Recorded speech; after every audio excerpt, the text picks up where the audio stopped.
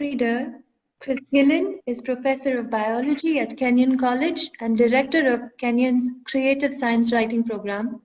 His workshops at IIT Madras have been widely popular in the past, often producing some standout examples of writing science for popular audiences.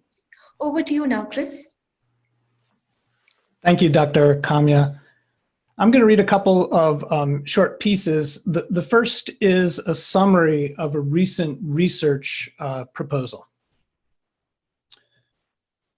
To be alive is to cultivate an internal environment different than the external.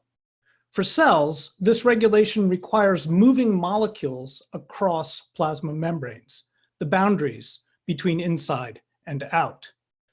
Salts and sugars cross this barrier through membrane transport proteins.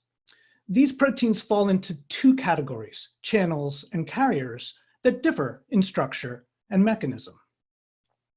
For example, channels and carriers vary in the electrical consequences of their activity. Channels are often electrogenic. They carry charged molecules across the membrane, generating a current. Carriers, on the other hand, can be electroneutral if they simultaneously carry positive and negative charge. My research group, with collaborators at The Ohio State University and the Mayo Clinic, studies a group of carriers called the cation chloride cotransporters, CCCs. CCCs regulate cell volume and intracellular chloride. Most proteins in this family couple movement of chloride ions, which have negative charge, to sodium ions, which have positive charge, resulting in electroneutral transport. Because of this electroneutrality, CCCs transport ions without altering the electrical property of cells. Recently, we have characterized CCCs from mosquitoes and fruit flies. Surprisingly, they conduct electrogenic transport of sodium without simultaneous movement of chloride. In other words, these proteins behave more like channels than carriers. The fly and mosquito proteins differ only slightly in structure from electroneutral CCCs. We propose to investigate which structural differences are responsible for the shift between electroneutral and electrogenic transport. By comparing proteins with similar structures but different functions, we will uncover new structure-function properties of the CCCs. So I'm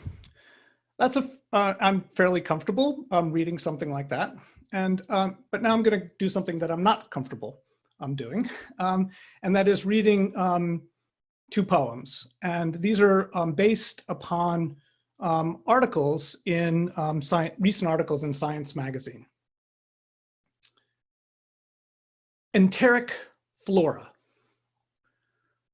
Colonocytes inhabit different territory than sunflowers, an incomparable terrain where, unlike leaves and only superficially like petals, their microvilli deplete nearby niches of oxygen, thus nurturing, in a way curiously familiar to flowers, a community, except not of hungry butterflies, but of anaerobic bacteria that outcompete the ones that cause disease, and convey to us a habitat where we might muse not blossoms, but how they grow mutually with bees, and not gut cells, but how they evolve with microbes into an